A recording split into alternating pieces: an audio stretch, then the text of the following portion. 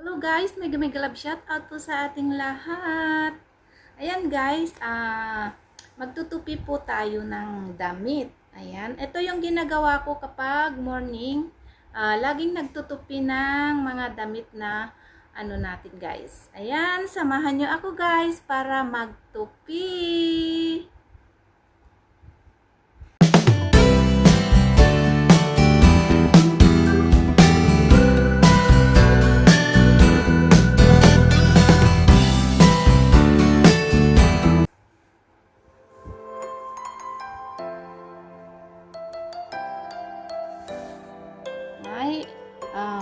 Every morning na ginagawa ang laging pagtutupi ng mga damit.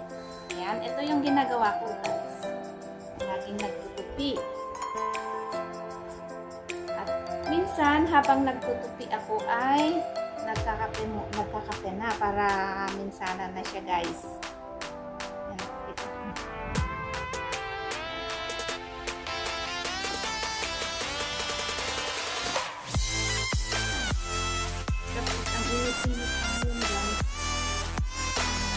Makulimlim, umuulan pero ang init na gaya sa Pilipinas.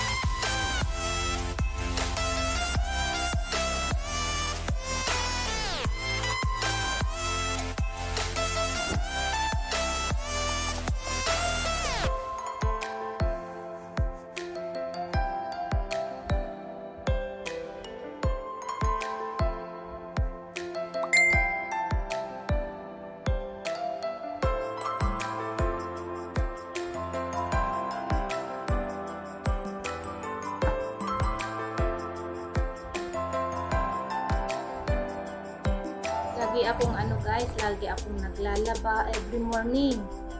Kaya every morning din nagtutupi ako, kaya ganito ang lagi kong ginagawa.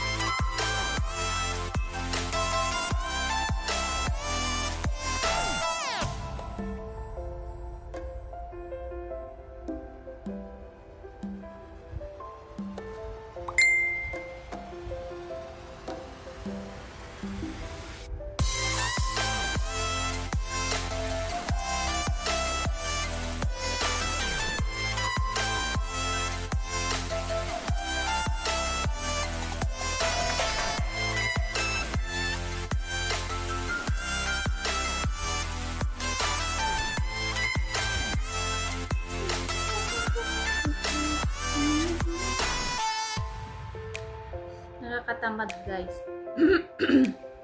Ang ganitong ginagawa every morning yung ginagawa natin. Minsan nakakatamad pero kailangan natin mag-work.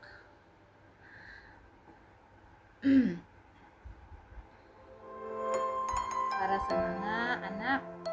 Kasi marami pa akong may dalawa pang nag-aaral pero yung isa patapos na. Kaya may isa pang mag-aaral. High school pa lang siya guys.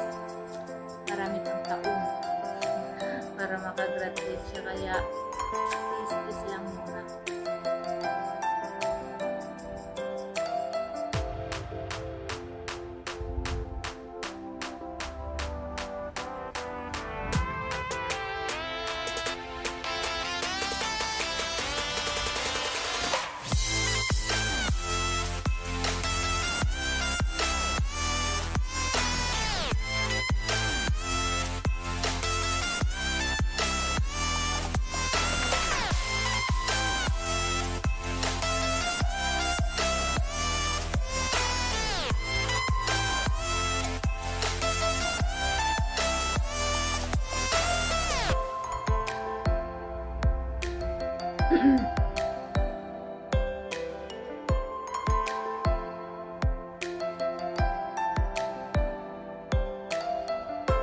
Minsan madami akong tinutupi, minsan konti lang.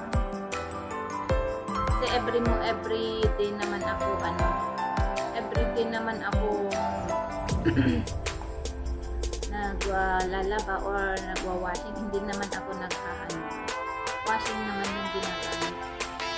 Kaya okay na.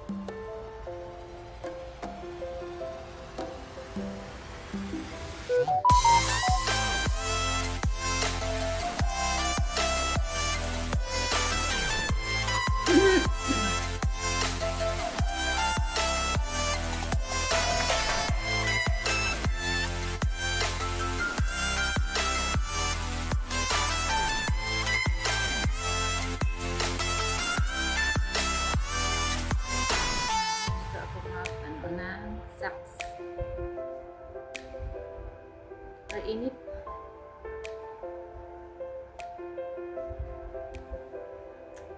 Sa ngayon, wala ako kasama dito sa bahay.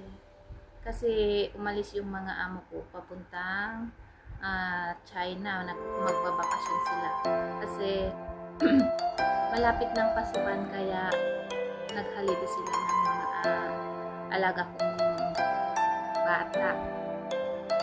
Lagi kasi silang nandito sa bahay, kaya naghahalitin na sila. At kahit holiday ng amo, ako hindi pa holiday. Gusto ko din yung magtatrabaho dito sa bahay. Ayaw ko naman yung pagdating nila ay wala din silang makita ng ginawa ko. Kaya habang sila, may holiday sila. Ako sa bahay nag-work din. Pero hindi kagaya ng nandito sila na trabaho. Pero sa akin, hinay-hina lang sa pagtrabaho kasi wala naman. Kaya hindi lang tayo. Minsan, nakalungkot din dito sa naiisip mo yung mga anak mo. Ayan. Diba? Sa tagal mo dito sa abroad. Ang maliliit mong anak ay nagiging na sila. Malalaki na sila. Kaya kung naiisip mo yun, naiiyak na ako. Naisip mo yung maliliit na sila nag-abroad ako. Kaya sabi ko walang kaya ako pero kailangan natin na magtrabaho para sa kanila. Hirap kasi kahit may trabaho ko sa Pilipinas, hindi pa din siya naranasan ko na din na kahit may trabaho ko yung asawa ko pero hindi pa rin siya yung sahod mo din sa Philippines. Dito kahit pa paano ay may kunting sa lang, wala pang ipon. Kasi sa pag-aaral pa muna nila yung mga pera mo. Kapag nakatapos mo siguro, okay na ang buhay, makapagpasin ka na rin. Pero kapag wala pang kapag naka-aaral ka rin, talagang wala pang naipon talaga. Kaya magpilit-pilit muna tayo.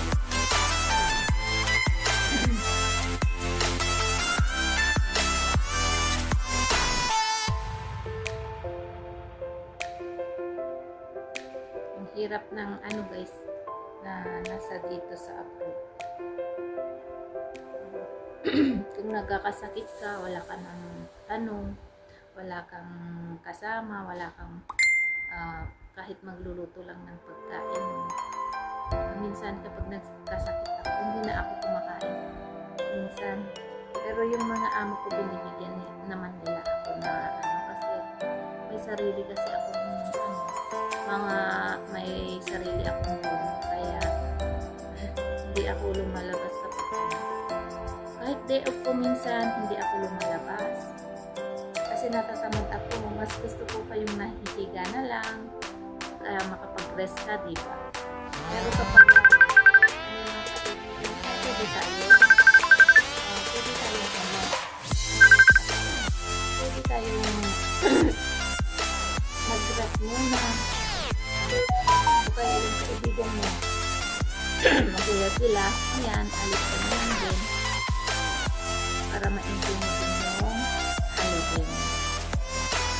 Kaya, isip lang po tayo sa abroad. Yung mga kagaya kong OFW, isip lang po tayo. Makakaraos din tayo. Ayan, ngayon, ayan, makulimlim ang panahon. Sa Pilipinas, may bagyo. Ngayon dito, makulimlim, umuulan, tapos umaraw, ganun ang weather ngayon. Hindi pa naman kasi winter. Kaya mainit.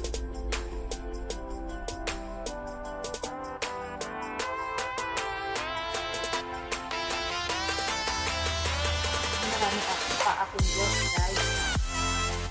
At ako na wedding pa ako, guys. Kasi halos yung nila kasi umalis sila.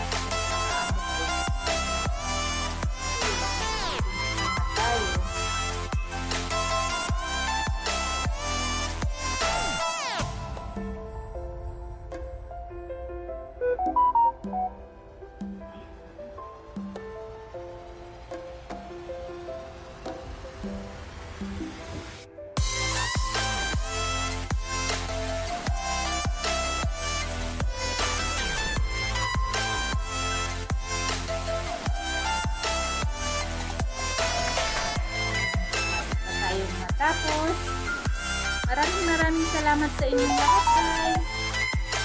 Sa lahat ng mga sumusuporta sa aking YouTube channel. Thank you so much.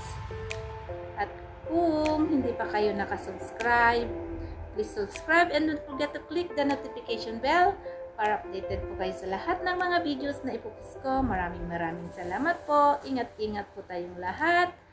God bless everyone! See you on my next video.